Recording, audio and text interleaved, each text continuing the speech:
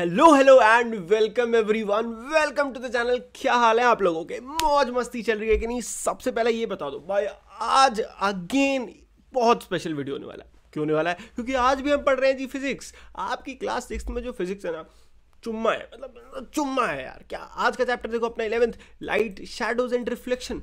भाई क्या गजब चैप्टर है। इसके क्वेश्चन आंसर्स आज हम डिस्कस करेंगे और उन्हीं क्वेश्चन आंसर्स में आपको पूरा चैप्टर समझा दूंगा। तो टेंशन तो लेने का ही नहीं और फटाफट वीडियो को शुरू करते हैं। भाई मात्र 4 क्वेश्चन, बट सीखने को बहुत कुछ है, तो अपना फोकस वीडियो में बनाए रखना, क्योंकि बहुत कुछ सीखने को मिलेगा और वो भी मस्त मस्त मजेदार तरीके से पढ़ेंगे। ठीक है, तो चलो फुल फोकस के साथ अब शुरू करते हैं। पहला क्वेश्चन कह रहा है, rearrange the boxes given below to make a sentence that help us understand opaque objects. अब क्वेश्चन जाए गोली मराए, क्वेश्चन गोली मराए। अब हम क्या करेंगे, इस क्वेश्चन को जो कॉन्सेप्ट है, इस क्वेश्चन से जो कॉन्सेप्ट है ना फिजिक्स का, उसको समझेंगे और वो ही हमारे लिए इंटरेस्टिंग है।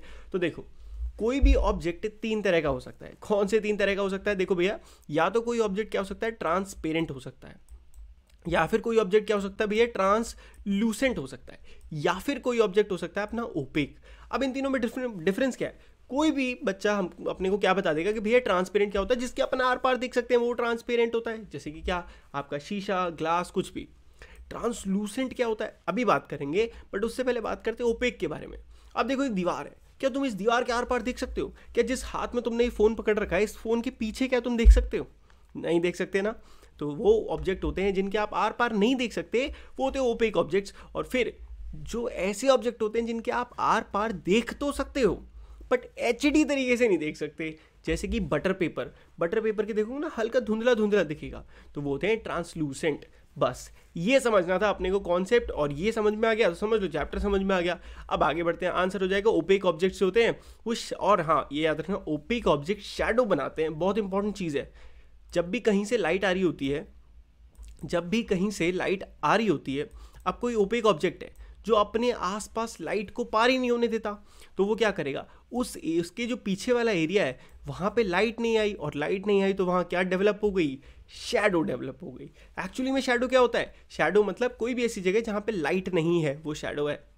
अब याद रहेगा ना? चलो वेरी गुड, चक दे फटे बले बले। आगे बढ़ते हैं। नेक्स्ट क्वेश्चन बड़ा सा भाई, क्लासिफाई द ऑब्जेक्ट और material given below opaque, transparent, translucent, luminous and non luminous. भैया आपने देखो ओपेक तो समझा दिया, ट्रांसलूसेंट भी समझा दिया, और ट्रांसपेरेंट और ट्रांसलूसेंट भी समझा दिया। अब भैया पर आपने ल्यूमिनस और नॉन ल्यूमिनस नहीं समझाया।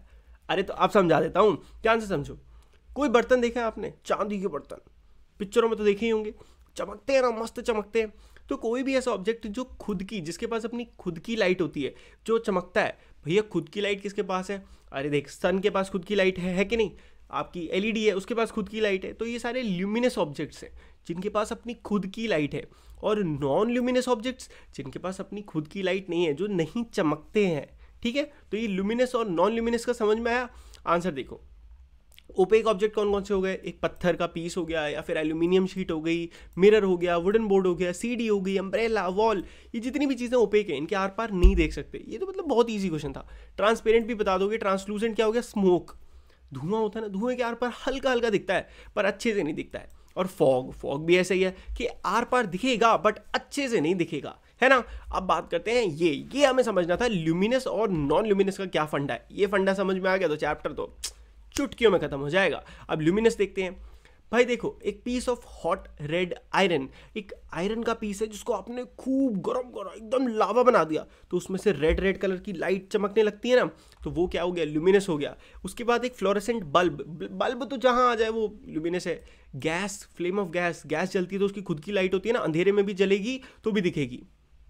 एक टॉर्च जली हुई, केरोसिन की टॉर्च, और वहीं पे सन और फायरफ्लाई, ये सब ल्यूमिनस है। और नॉन ल्यूमिनस में सारे वो आ जाएंगे जिनके पास लाइट नहीं है, बेचारे हैं जो दूसरों की लाइट पे डिपेंड करते हैं। Air, water, piece of rock, aluminium, mirror, wooden board, और ये सब कुछ जितने भी आपके सामने लिखे हैं। आई होप अब अच्छे से समझ में आ गया कि भाई ट्रांसलूसेंट क्या होता है, ट्रांसपेरेंट क्या होता है, ओपेक क्या होता है, और ल्यूमिनस क्या होता है, नॉन ल्यूमिनस क्या होता है। अभी तक अपन ने 5 कॉन्सेप्ट, 5 फिजिक्स के फंडे चुटकियों में निपटा दिए। आगे देखते हैं, कुछ नया आएगा तो उसको भी पकड़ेंगे। Can you think of creating a shape that would give a circular shadow if held in one way and a rectangular shadow if held in another way? भाई कुछ गजब का क्वेश्चन पूछ लिया, ऐसा लग रहा है बिल्कुल आईएएस के इंटरव्यू से क्वेश्चन निकाल के लाए हैं। क्या पूछ रहे हैं? क्वेश्चन पूछ रहे हैं, कोई ऐसे ऑब्जेक्ट के बारे में बताओ जिसको अगर एक पर्टिकुलर तरीके से पकड़ा जाए तो उसकी जो शैडो आए वो कैसी आए, सर्कुलर आए, और वहीं उसको दूसरे तरीके से पकड़ा जाए तो उसकी जो शैडो आए वो कैसी आए, रेक्टेंगुलर आए।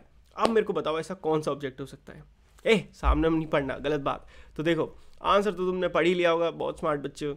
एक सिलेंड्रिकल जो शेप होती है ना, बड़ी गजब की होती है, दिखाता हूँ तुमको। इसको सबको हटा दो, यस। अब देखो ये जो सिलेंड्रिकल शेप मैंने बनाई है, अगर अब मैं इसको ऐसे लाइट के सामने, मतलब लाइट का सोर्स अगर इधर है, ठीक है, इधर से लाइट आ रही है, अगर मैंने इसको ऐसे पकड़ा तो इसकी जो शैडो बनेगी वो कैसे बनेगी, सर्कुलर बनेगी, क्योंकि मैंने सीधा पकड़ रखा है ना। तो ये जो पूरी शैडो है वो सर्कुलर बन गई।